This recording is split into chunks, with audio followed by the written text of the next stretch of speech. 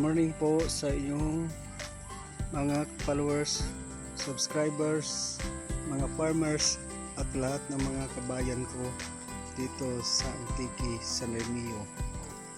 Sana po makikita nyo ang aking pag-update ng aking palay dito sa San Remio, Kadulunan. Ito po, mag-isang buwan pa lang ito at kalahati yung dry seeding ko. Ito po yung pinaka video ko sa aking palayan.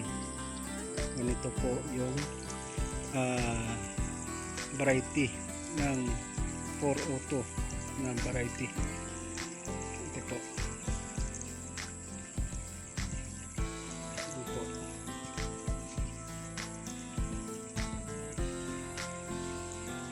Ito po, nagdadala na ng pagka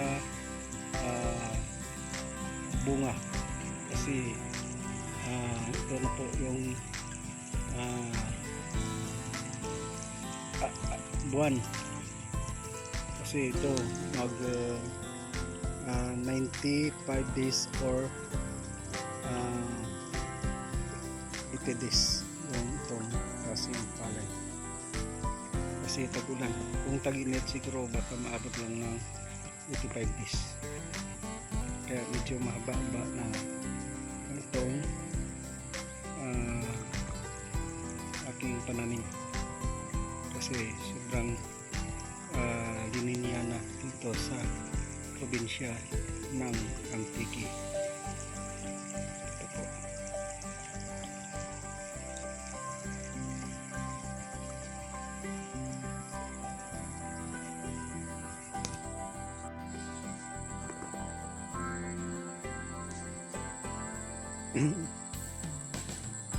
Medyo madamo yung kasi kulang sa herbicide kasi kung nag-spray kami ng herbicide tamang-tama malakas ang ulan kaya hindi perfect na yung ginamit namin na gamot na pang herbicide, kaya marami pang medyo hindi na masyadong mamatay ang gamot kasi biglang umulan. Yan po yung resulta ng palay pag nag-spray ka ng herbicide. Ito po.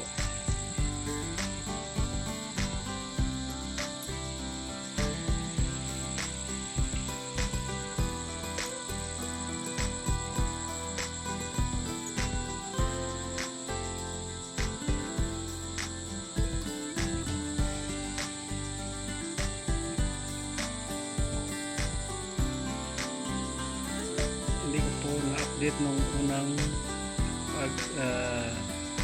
direct ko dahil nasama ang pakiramdam ko noon, kaya hindi ko na-videoan yung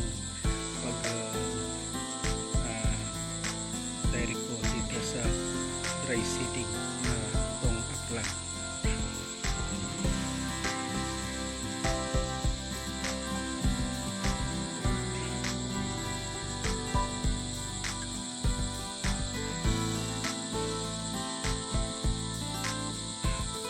Itong linggo mag na po ng fertilizer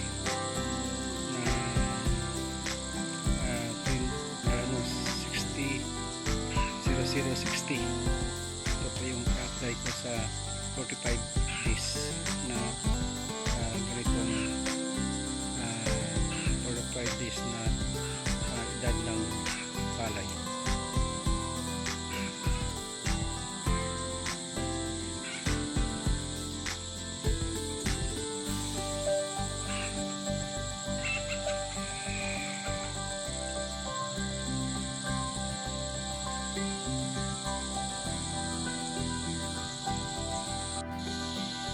Ito po mga kabayan. Ito po. Dry seeding ito. Ito po yung resulta.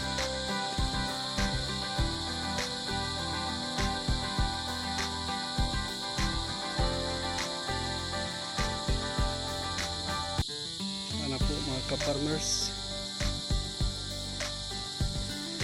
pag nasa upland tayo, kailangan natin magtanim ng tag-ulan. Ito ang resulta po ng palay, palaging huli kasi umaasa lang sa ulan.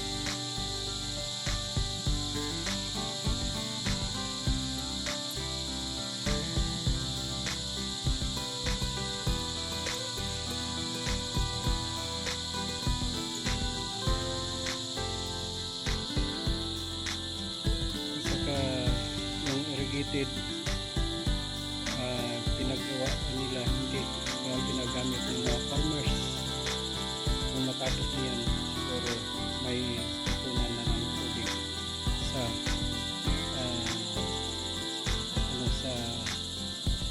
ng niya yung dinadaanan ng mga tubig ito sa buong malamig.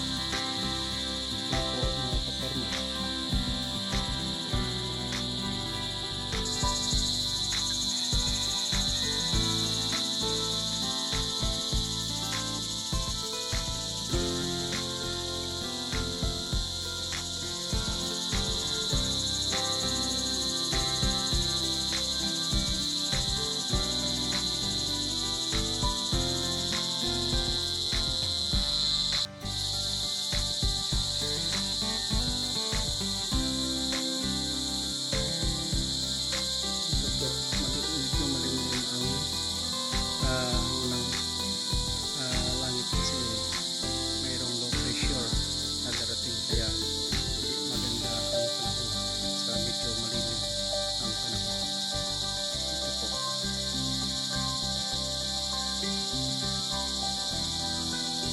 Ito po yung mga ka-farmers, kailangan po kunting tiyaga lang sa pag